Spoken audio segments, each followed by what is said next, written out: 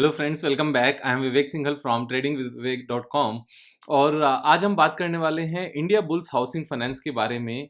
मैंने आज ट्वीट भी किया था that I have invested some amount in Indiabulls housing finance and GICRE, general insurance corporation of India, जो एक री इंश्योरेंस कंपनी है। That is the only reinsurance company in India. लेकिन मैंने दो का ट्वीट किया था, लेकिन आज की जो वीडियो है वो इस इंडिया बुल्स हाउसिंग फाइनेंस को लेकर है कि उसके क्या रीजंस हैं जो मैंने स्टडी करके यहाँ पर इन्वेस्टमेंट की।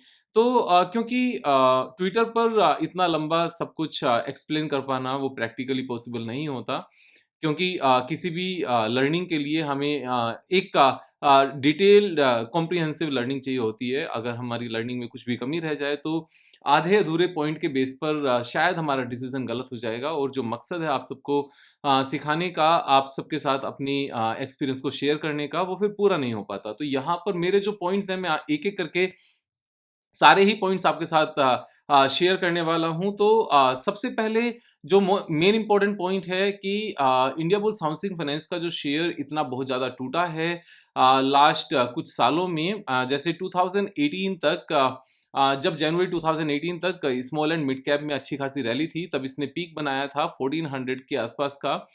1400 प्लस का पीक था 1444 के आसपास। अगर हम एग्जैक्टली नंबर देखें तो हम यहाँ पर जाकर देखते हैं 1440 वाज द पीक। यहाँ आपको हाई वाला नंबर नज़र आएगा 1440।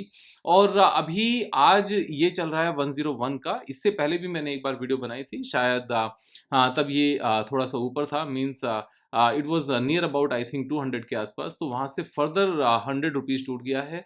और यहाँ पर 100 रुपीज़ टूटने का मतलब 50% डाउन हो गया है। जब लास्ट टाइम शायद वीडियो बनाई थी, एग्जैक्टली मुझे याद नहीं है कि 200 का प्राइस था या 160 के आसपास था, 150 था, लेकिन यहाँ से थोड़ा सा ऊपर था। और वो यहाँ से ऊपर रहने का रीज़न भी बड़ा साफ साफ है कि अभी 3 मंथ्स पहले भी ये 160 के आसपास इसने लेवल टच किया था, जो 160 से डाउन होकर ये 101 हो गया है। और शायद मैंने वीडियो जो बनाई थी, एक बार इस शायद को ख़त्म करने के लिए सबसे बेटर है कि हम यूट्यूब पर जाएँ और यूट्यूब पर जाकर India bulls housing finance type करें, इंडिया बुल्स एंड विवेक सिंघल्स करके सर्च करते हैं। शायद एग्जैक्ट डेट हमारी निकल कर आ जाए। यस, 1 ईयर पहले हमने वीडियो बनाई थी। और अगर हम डेट की भी बात करने लगे यहाँ पर, जो इसकी डेट थी that was 17th March 2022 and this is 10th अप्रैल, यानी कि 1 ईयर हो चुका है इसको, 17th मार्च 2022। और 17th मार्च को जो इसका प्राइस था, वो मैं देखता हूँ एक बार। 17th मार्च को इसका प्राइस हमारा ये निकल कर आता है, this was 160। So this was not 200, this was 160। इसीलिए क्लियर करना थोड़ा सा बेटर भी रहता है। उसके बाद नीचे गया और नीचे आकर वापस से 160 पर आया भी। तो सेम प्राइस पर वापस आया भी था और वापस से सेम लेवल पर नीचे चला गया है जहां तक कि पहले नीचे गया था। सो 161 जहां पर हमने लास्ट टाइम वीडियो बनाई थी, वहां से लेकर अगर अभी तक हम देखें, सो दिस इज 36-37% डाउन। तो सस्ती चीज़ और सस्ती हो सकती है, महंगी चीज़ और महंगी हो सकती है। ये सब बातें हम सबको पता हैं, स्टॉक मार्केट है। और हाल फिलहाल में ही यहाँ से 160 के लेवल से ही फिर से गिरावट आई है। तो ये फिर से अपॉर्चुनिटी है कम से कम यहाँ से ऊपर जाने की। लेकिन सिर्फ ये पॉइंट्स नहीं है, I have a lot more points to discuss with you. सबसे पहली जो इतनी बड़ी गिरावट है, उस गिरावट के पीछे का रीजन क्या है? There are two reasons. Number one, जो यहाँ पर प्रोमोटर्स थे, प्रोमोटर्स की कॉर्पोरेट गवर्नेंस को थोड़ा सा यहाँ पर डाउटफुल देखा गया था, जिसकी वजह से आज की डेट में जितने भी जो अपनी प्रोमोटर्स की होल्डिंग थी, वो प्रोमोटर्स की होल्डिंग यहाँ पर कम करा दी गई है। मेरे हिसाब से फोर्सफुली कम कराई गई है। और यहाँ पर जो पहले 23% की प्रोमोटर्स की होल्डिंग थी, that has been down to 9.6% now. So 17% कम हो गई है। एंड एफआईआई की जो यहाँ पर शेयर होल्डिंग है, दैट इज 21% एंड डीआईआईज की है 13%। पब्लिक की यहाँ पर 50% है। तो यहाँ पब्लिक के पास 50%, 50 में से बेसिकली 4% हमारा ये माइनस हो जाता है, तो 44% के आसपास पब्लिक के पास है। 44% शेयर होल्डिंग पब्लिक के पास होना जनरली एक अच्छी बात नहीं देखी जाती। लेकिन जब कोई चीज़ ज़रूरत से ज़्यादा सस्ती, मीन्स कभी कोई पॉइंट्स इस तरह के आए जिसकी वजह से नीचे आए, तो वहाँ पर ये देखना चाहिए कि जिस रीज़न से ये कंपनी का स्टॉक प्राइस नीचे आया है, वहाँ से ऊपर जाने की क्या गुंजाइश है। और वो जो रिस्क था उस टाइम पर वो अभी एलिमिनेट हुआ है या नहीं हुआ है। तो जहाँ पर यहाँ प्रमोटर की वजह से ही ये स्टॉक प्राइस नीचे आया था। डीएचएफएल और इंडिया बुल हाउसिंग फाइनेंस ये एक ही टाइम पर दोनों स्टॉक्स नीचे आना शुरू हुए थे। डीएचएफएल तो प्रामल ग्रुप ने परचेज कर लिया, लेकिन इंडिया बुल हाउसिंग फाइनेंस को बैंक्रप्टेसी कोड की तरफ नहीं ले जाया गया। उसका बड़ा सिंपल सा रीजन है कि इस कंपनी ने एक बार भी कभी भी लॉस पोस्ट नहीं किया। This company has been a profit making company consistently. हाँ, वो बात अलग है 2019 के बाद से इसमें प्रॉफिट आना कम शुरू हो गया, और जो प्रॉफिट आना कम शुरू हुआ उसके पीछे के मैं रीजन बताऊंगा। तो यहाँ पर एक्चुअल में नेगेटिव कुछ भी नहीं है। मेन पॉइंट ये है कि 4000 करोड़ से नीचे आना शुरू हुआ, नेट प्रॉफिट हाफ रह गया। तो नेट प्रॉफिट अगर हाफ रह जाएगा उसके बाद फर्दर हाफ रह जाएगा, तो इस चीज को कभी भी अच्छा नहीं माना जाएगा। हम इस बात को समझ सकते हैं। और मार्च 2019 में 4000 करोड़ का यहाँ पर नेट प्रॉफिट था, that was the highest ever. और अगस्त 18 तक अभी ये स्टॉक प्राइस 1400 के आसपास था। उसके बाद से जब रिजल्ट बेकार आने शुरू हुए एंड यहाँ पर स्मॉल मिड कैप और ये सारी कंपनीज ने, हालांकि उस टाइम पर ये कंपनी स्मॉल कैप कंपनी नहीं थी अभी, क्योंकि ये कंपनी 4786 करोड़ की है। एंड 14 टाइम्स अगर करंट प्राइस से कर लिया जाए, क्योंकि पहले 14 टाइम्स थी यहाँ से, तो ये करीब 56,000 60,000 के आसपास की वहां पर कंपनी थी उस टाइम पर मार्केट कैपिटलाइजेशन। तो इसको छोटा नहीं माना जाएगा, लेकिन आज की डेट में छोटी है। और तब से मिड कैप और स्मॉल कैप में लगातार गिरावट रही है। 2018 वाले लेवल्स काफी सारी कंपनीज ने दोबारा से टच नहीं किए हैं। Even small cap index is still trading at the same level where it was trading at in the month of January 2018।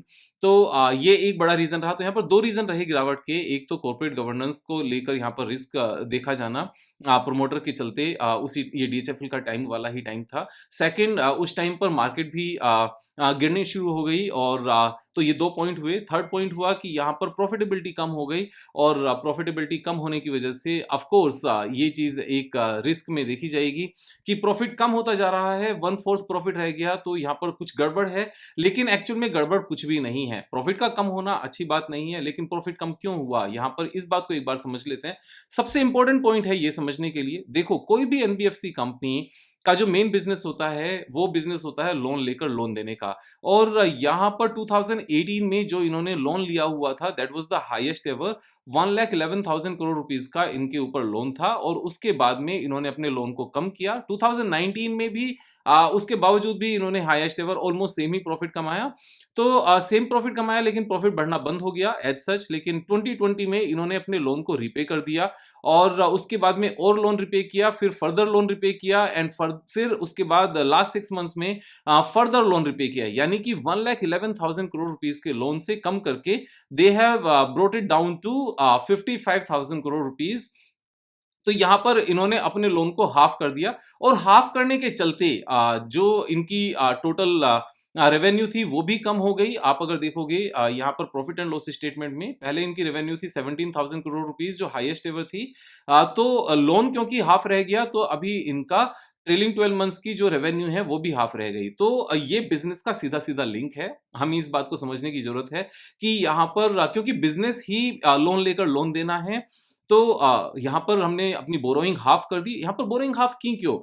क्योंकि इसको एक यहाँ पर एक कॉर्पोरेट गवर्नेंस को लेकर रिस्क देखा गया। यहाँ पर ये रिस्क लगाया गया कि ओवर लिवरेज्ड है कंपनी।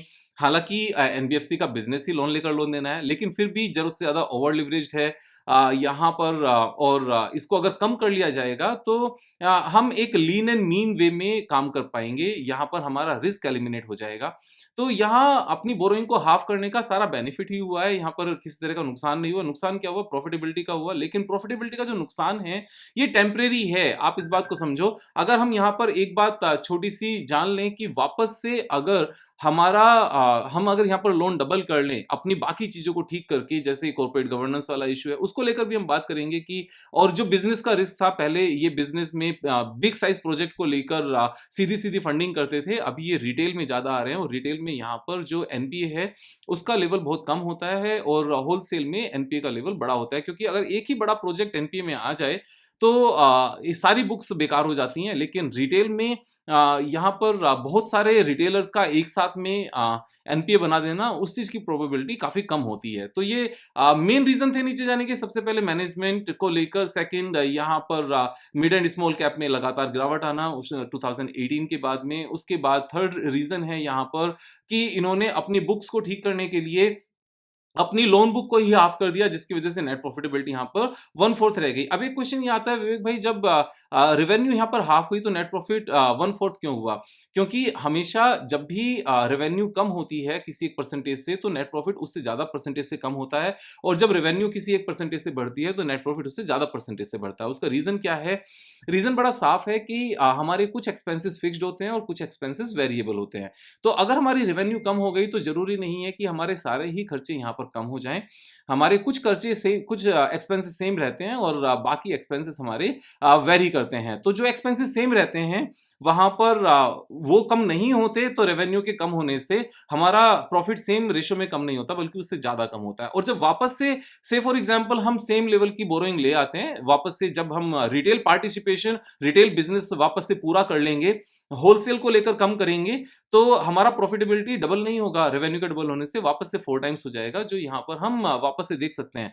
तो अगर ये वापस से 4000 करोड़ रुपीस का वापस से नेट प्रॉफिट हो जाता है, वापस से हम यहाँ पर डबल कर लेते हैं, हम मींस कंपनी, तो वापस से 4000 करोड़ का अगर हो जाता है तो कंपनी कितने के पीई पर काम कर रही होगी? कंपनी सिर्फ 1 के पीई पर ट्रेड कर रही होगी, क्योंकि 4786 करोड़ की तो पूरी मार्केट कैपिटलाइजेशन है आज की। और इस बात की कितनी प्रोबेबिलिटी है कि वापस से ये कंपनी 4000 करोड़ रुपीस का नेट प्रॉफिट पोस्ट करेगी? मेरे हिसाब से इसकी प्रोबेबिलिटी प्रोबेबिलिटी तो कहना गलत है, ये चीज श्योर है कि वापस से 4000 करोड़ रुपीस का ये नेट प्रॉफिट वापस से पोस्ट कर पाएगी। उसके मैं रीजन बताता हूं। सबसे बड़ा रिस्क एनबीएफसी या बैंकिंग कंपनी में क्या होता है? सबसे बड़ा रिस्क होता है यहाँ पर एनपीए का। अब अगर हम एनपीए की बात करें तो यहाँ पर कंसोलिडेटेड नंबर्स हम देख रहे हैं, क्योंकि अगर व्यू स्टैंड अलोन करेंगे तो ये स्टैंड अलोन नंबर्स हैं, अगर कंसोलिडेटेड देखने हैं तो व्यू कंसोलिडेट के ऊपर हमें क्लिक करना होगा। हमने वो क्लिक किया तो यहाँ पर ग्रोस एनपीए 3.30% है, बहुत ज्यादा नहीं है, एंड नेट एनपीए इज 2.18। तो जब नेट एनपीए 2.18 है, this is in the same range, 1.5 से लेकर 2 के रेशियो में है, 2 की रेंज में है, सो दिस इज ओके।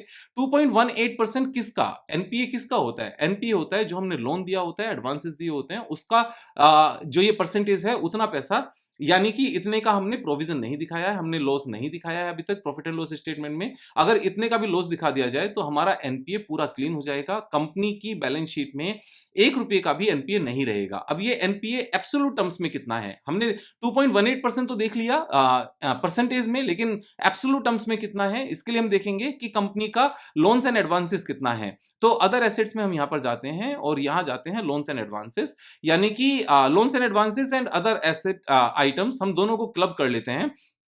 दोनों को क्लब करके ये 55,000 करोड़ एंड 8,900 करोड़, बेसिकली ये हमारी फिगर निकल कर आती है। तो 55 and 9,000 crore, this is 64,000 crore rupees. और अगर हम 64,000 करोड़ को यहां पर चेक करने लगे, 64,000 मल्टीप्लाई बाय 2.18%, तो ये फिगर हमारी निकल कर आती है 1400 करोड़ रुपीस। यानी कि टोटल अगर हम 1400 करोड़ रुपीस का फ्रेश प्रोविजन बना दें तो कंपनी की बुक्स बिल्कुल क्लीन हो जाएगी, जीरो एनपीए वाली ये कंपनी बन जाएगी जस्ट 1400 करोड़ से। अब 1400 करोड़ की अगर हम बात करें कि कितनी बड़ी फिगर है कंपनी के लिए, तो यहां पर हम देखते हैं कि कंपनी के पास अपना पैसा कितना है। कंपनी के पास अपना पैसा है 16,838 प्लस 90 करोड़ रुपीस, यानी कि 17,000 करोड़ रुपीस कंपनी के पास अपना पैसा है। अब 17,000 करोड़ में से अगर हम यहां पर 1400 करोड़ को लेस कर दें, 17,000 करोड़, 17,000 करोड़ माइनस 1400 करोड़, ये 15,600 करोड़ रुपीस की फिगर आती है। तो यानी कि कंपनी के पास अपना पैसा 15,600 करोड़ रुपीस है। और ये कब है? जब हमने सारा एनपीए यहां से लेस कर दिया, जितना एनपीए हो सकता है मैक्सिमम आज की डेट में। और ये 15,600 करोड़ की अपना पैसा है और पूरी कंपनी कितने की ट्रेड कर रही है? पूरी कंपनी ट्रेड कर रही है 4786 करोड़ रुपीस की, यानी कि कंपनी जो अपना सारा पैसा है even after deducting all the NPA उसके 1/4 पर ट्रेड कर रही है, यहाँ पर 25% 30% के आसपास ट्रेड कर रही है, जो अपने आप में बहुत ही लुक्रेटिव सिचुएशन है। और मैं यहाँ पर सारे रिस्क एलिमिनेट कर रहा हूँ। रिस्क नंबर 1 की कंपनी की मैनेजमेंट की प्रॉब्लम थी, वो मैनेजमेंट अभी नहीं है। कंपनी वापस से बोर्ड ऑफ डायरेक्टर यहाँ पर चेंज हो चुका है और जो प्रोमोटर्स थे, प्रोमोटर इज नॉट, जो यहाँ पर गहलोत साहब थे, he is not the part of the यहाँ पर board of directors, so he is not the part of board of directors now. यहाँ पर समीर गहलोत वो अब बोर्ड ऑफ डायरेक्टर्स का पार्ट नहीं है। और इन सब बातों को समझने के लिए हम जो यहाँ पर नोट्स हैं इनको भी यहाँ पर थोड़ा सा हेल्प ले सकते हैं। हेल्प में अगर आप एक और चीज देखोगे, जैसे मैंने बताया कि जो रिटेल पार्टिसिपेशन है, रिटेल पार्टिसिपेशन को अच्छे से इंक्रीज किया गया है बिजनेस में। और यहाँ पर उस नंबर को मैं देख भी सकता हूँ, अगर आप देखोगे तो retail asset light engine is firing up all the cylinders up 3.3 times year on year and firmly back as the third largest non bank originator. तो यहाँ पर 3.3 टाइम्स हो गया है जो retail party means retail business है। ये एक अच्छी बात है और इसी से हमें पता चलता है कि जो रिस्क था कंपनी का बिजनेस को लेकर वो एलिमिनेट हो गया, मैनेजमेंट को लेकर जो रिस्क था वो एलिमिनेट हो गया, एनपीओ को लेकर जो रिस्क था ये अपनी लोन बुक ही हाफ कर चुके हैं और ये वो भी खत्म हो जाता है। रिस्क की ओवर लिवरेज बैलेंस शीट है वो रिस्क भी खत्म हो गया। साथ में अगर हम सारे जो नेट एनपी है उसको भी आज की डेट में ही राइट ऑफ कर दें, तब भी सिर्फ 1 साल के नेट प्रॉफिट से वो पूरा एनपीए यहाँ पर राइट ऑफ हो सकता है। कंपनी का इतना तो नेट प्रॉफिट है, आप अगर देखोगे 1200 करोड़ रुपीस का नेट प्रॉफिट है, this is after tax. Every year company is paying 25% income tax, तो और उसके बाद में हर साल कंपनी का यहाँ पर नेट प्रॉफिट है। तो समटाइम्स क्या होता है कि माहौल इतना खराब हो जाता है, ऊपर से मार्केट डाउन हो जाती है, फिर से कोविड जैसी सिचुएशन आ जाती है, फिर मैनेजमेंट को निकाल दिया जाता है और उसके बाद में फिर से मार्केट फर्दर डाउन हो जाती है कि माहौल इतना खराब हो जाता है कि स्टॉक प्राइस डाउन पर डाउन जाता रहता है। लेकिन हमारी एक कॉमन मिस्टेक ये होती है कि अगर स्टॉक प्राइस डाउन चला जाता है तो हम कंपनी को बेकार मान लेते हैं और अगर स्टॉक प्राइस ऊपर चला जाता है तो हम कंपनी को अच्छा मान लेते हैं, जबकि इन दोनों चीजों का एक दूसरे से शॉर्ट टर्म में कोई लेना देना नहीं है। और शॉर्ट टर्म की जहां तक मैं बात कर रहा हूं तो 2 ईयर्स भी वेरी लॉन्ग टर्म नहीं होता, वो भी एक इस पर्टिकुलर सिचुएशन को लेकर कि जिस डायरेक्शन में बैलेंस शीट चल रही है उसी डायरेक्शन में यहाँ पर स्टॉक प्राइस चले। यहाँ पर 2 साल तक ऐसा हो सकता है कि दोनों अपोजिट डायरेक्शन में चल रही हों। सेम सिचुएशन इसी तरह की मैंने डिस्कस की थी पंजाब नेशनल बैंक को लेकर कि बैलेंस शीट क्लीन होती जा रही है, भले ही नेट प्रॉफिट ज्यादा नहीं दिख रहा है। तो यहाँ पर बैलेंस शीट को क्लीन करना अपने आप में एक सुपर्ब ये एक साइन होते हैं और मैनेजमेंट की क्रेडिबिलिटी को यहाँ पर डिफाइन करती है। मैनेजमेंट को लेकर मैं एक चीज और आपको दिखाना चाहता हूँ साथ में, जब हम नोट्स की यहाँ पर बात कर रहे हैं, the company is in process to launch AIF. The AIF alternative investment fund कहते हैं इसको। AIF is in progress and company is creating an internal system. The partner will be one of the largest international fund operating out of Southeast Asia। तो जैसे ही यहाँ पर ये AIF आएगा, company के पास यहाँ पर फंडिंग आएगी और AIF के थ्रू जो फंडिंग आती है वहां पर कंपनी के ऊपर रिस्क कम होता है, क्योंकि वो फ्लेक्सिबिलिटी वाली कंडीशंस होती हैं, इंटरेस्ट पे करना और रिटर्न पे करना वो मिक्स होता है, वो कुछ भी हो सकता है, वो कंपनी की आपस की अंडरस्टैंडिंग, आपस की म्यूचुअल एग्रीमेंट के ऊपर डिपेंड करता है। और एआईएफ किया ही इसलिए जाता है कि कंपनी के ऊपर किसी अनफोर्सीन, अनसर्टेन और नेगेटिव सिचुएशन के केस में बर्डन ना आए, वो उसको कैरी फॉरवर्ड कर सके, थोड़ा सा डिले कर सकें। साथ में एक और चीज अगर आप देखोगे जो बहुत ज्यादा इंपॉर्टेंट है, company is going ahead with NSC prime and has applied for it, but there has been no update from the NSE for the time being। Means अभी तक कोई अपडेट नहीं आया है। NSE प्राइम क्या है? अगर आप NSE प्राइम को यहाँ पर सर्च करोगे तो NSE प्राइम एक्चुअल में एक नया इनिशिएटिव है NSE की तरफ से, जिसमें फर्दर ज्यादा अच्छे कॉर्पोरेट गवर्नेंस की बात की जाती है। NSE prime is a framework where prescribed higher standard of corporate governance for listed companies than those required by the regulatory। So ये एक ऐसा पॉइंट है जहां पर एनएससी ने कुछ जो मिनिमम रेगुलेटरी रिक्वायरमेंट्स हैं उनसे अलग कुछ पॉइंट्स बनाए हैं कि अगर आप इन सारे पॉइंट्स को भी एक्सचेंज के साथ शेयर करते हो रेगुलर बेसिस पर, पीरियडिक बेसिस पर, तो आपको एनएससी प्राइम का एक टैग लगा दिया जाएगा, means you are a high corporate governance वाली कंपनी। तो जब कंपनी इस चीज को अप्लाई कर रही है तो कंपनी का यहाँ पर मूड समझ कर चलो कि company is working to restructure the business जो होलसेल से रिटेल की तरफ है, जो एक अच्छा बिजनेस है। कंपनी ने अपनी बैलेंस शीट को डीलिवरेज किया, 50% यहाँ पर लोन कम कर चुके हैं और एनपीए सिर्फ 1400 करोड़ का नेट एनपीए है जो एक साल के नेट प्रॉफिट के बराबर है। और अगर अभी भी उसको राइट ऑफ कर दें उसके बावजूद भी कंपनी की जो नेट वर्थ निकल कर आती है वो 15,000 करोड़ निकल कर आती है और करंट में कंपनी की जो मार्केट वैल्यूएशन है, जो मार्केट कैपिटलाइजेशन है, दैट इज ओनली 4700 करोड़।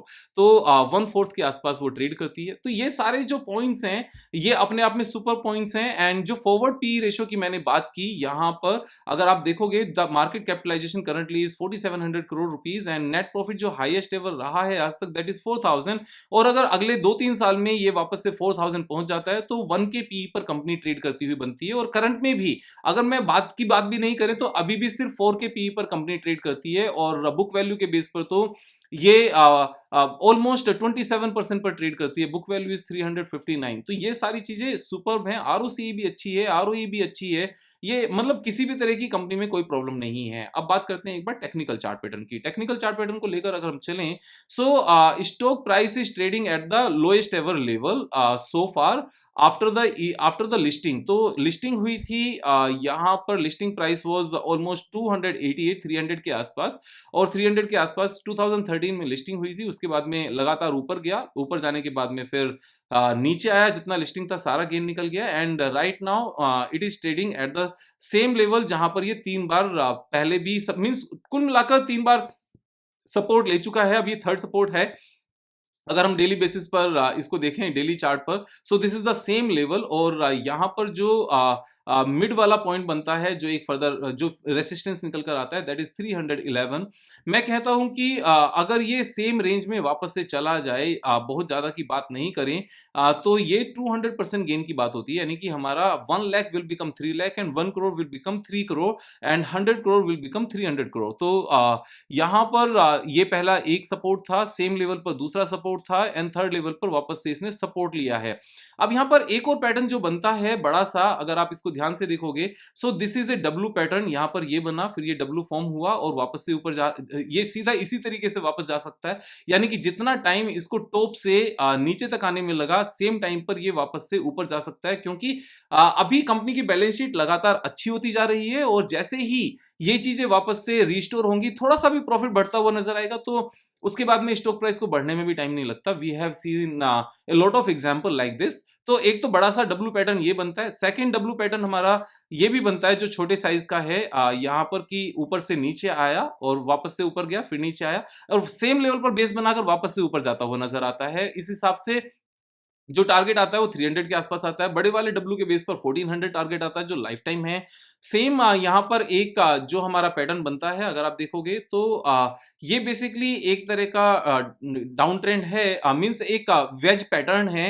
अगर आप देखो तो ये एक ऊपर की रेसिस्टेंस वाली लाइन है और नीचे वाली जो लाइन है ये थोड़ी सी ऊपर उठकर है। So this is a wedge pattern और यहाँ पर हमारे अगर वन साइड पर 3 सपोर्ट्स हैं और दूसरी साइड पर 2 सपोर्ट्स हैं तो वो वैलिड माना जाता है मेरी अंडरस्टैंडिंग के हिसाब से। तो नीचे की तरफ 3 सपोर्ट्स हैं और यहाँ पर ऊपर की तरफ भी 3 सपोर्ट्स ही हैं अगर आप ध्यान से देखोगे। तो वेज पैटर्न कम से कम हमारे करंट प्राइस से लेकर इसको ऊपर लेकर जाता है ऑलमोस्ट 250 के आसपास तक। तो 150% का गेन ये नजर आता है। तो यहाँ पर बहुत सारे टारगेट्स हैं। इमीडिएट टारगेट कम्स जो ये वाला रेसिस्टेंस है जहां से फर्दर नीचे आया 3 मंथ्स पहले से 156। सेकंड टारगेट हमारा निकल कर आता है ऑलमोस्ट 250 और थर्ड टारगेट हमारा निकल कर आता है फिर उसके बाद में ये पर्टिकुलर रेसिस्टेंस और उसके बाद में जो हमारा टारगेट निकल कर आता है वो लाइफ टाइम हाई आता है। अब ये हमारे ऊपर डिपेंड करता है कि हम किस तरीके से इसको ट्रेड करते हैं। द बुक वैल्यू इज 380 के आसपास है, 360। तो अगर हम 360 को मार्क भी करने लगे यहाँ पर तो ये हमारी बुक वैल्यू है और ये बुक वैल्यू सेम लेवल है जहां पर इसने एक बार रेसिस्टेंस दिखाया। और जहाँ से हमारा ये वेज पैटर्न बनना शुरू हुआ है। तो यहाँ पर सारी चीज़ें समझ में आती हैं, बिज़नेस भी समझ में आता है कि जो रीज़न्स बिज़नेस के डाउन होने के थे वो इम्प्रूव होते हुए नज़र आते हैं, मैनेजमेंट की प्रॉब्लम सॉल्व होती हुई नज़र आती है। उसके साथ में बैलेंस शीट की प्रॉब्लम सॉल्व हो गई है। जो हाई लिवरेज था उसको भी कम किया गया है। साथ में यहाँ पर रिटेल जो बिज़नेस था उसको बढ़ाया जा रहा है। उसके साथ में यहाँ पर एआईएफ की बात की जा रही है कि एक सेंसिबल वे में यहाँ पर बोरोइंग हो सके जिससे वापस से बिज़नेस को बढ़ाया जा सके। फिर यहाँ एनएससी प्राइम को सब्सक्राइब करने की मीन्स उसका पार्ट बनने की बात हो रही है कि हम हाई गवर्नेंस की बात करेंगे। जो प्रोमोटर्स थे those are not the part of board of directors now.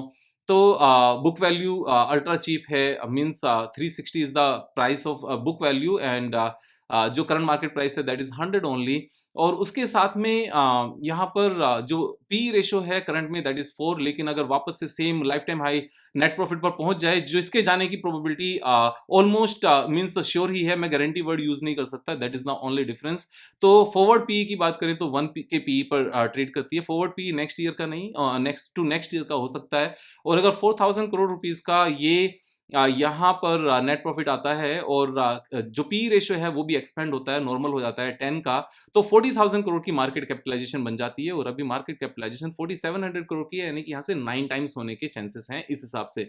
सो मुझे यहाँ पर फर्दर क्या रिस्क नजर आता है? फर्दर रिस्क मुझे कुछ नजर नहीं आता, but still because this is stock market not a fix deposit and any stock whether that is cheaper in terms of valuation और दिस इज कॉस्टलियर, उसके बाद भी सस्ती चीज़ और सस्ती हो सकती है और महँगी चीज़ और महँगी हो सकती है। और इसीलिए यहाँ पर हाई गेन्स होते हैं क्योंकि होल्डिंग पीरियड को लेकर वॉलेटिलिटी ज़रूरत से ज़्यादा हो सकती है। मीन्स जितना हम सोच के चलें उससे ज़्यादा होल्ड करना पड़ सकता है, और जितना हम प्राइस वॉलेटिलिटी सोच कर चलें परचेज़ करने के बाद में कितना और जा सकता है, उससे ज़्यादा भी जा सकता है। और इन्हीं चीज़ों के चलते स्टॉक मार्केट में हम 2 एंड हाफ ईयर्स में 3 इयर्स में अपने पैसे को डबल कर पाते हैं। तो ये सब रीज़न्स थे मैंने बाय किया। आप इन सब चीज़ों से लर्निंग ले सकते हैं कि स्टॉक प्राइस का नीचे आना कभी भी बिज़नेस का बेकार होना नहीं होता हमेशा, और कभी भी स्टॉक का बेकार होना नहीं होता, कंपनी का बेकार होना नहीं होता। हमेशा सारी चीज़ें पी-एंड-एल स्टेटमेंट नहीं बोलती, बैलेंस शीट में इम्प्रूवमेंट पी-एंड-एल में इम्प्रूवमेंट से ज़्यादा इंपॉर्टेंट होती हैं। इस चीज़ को हमें समझने की ज़रूरत है, क्योंकि पी-एंड-एल स्टेटमेंट को इम्प्रूव होने में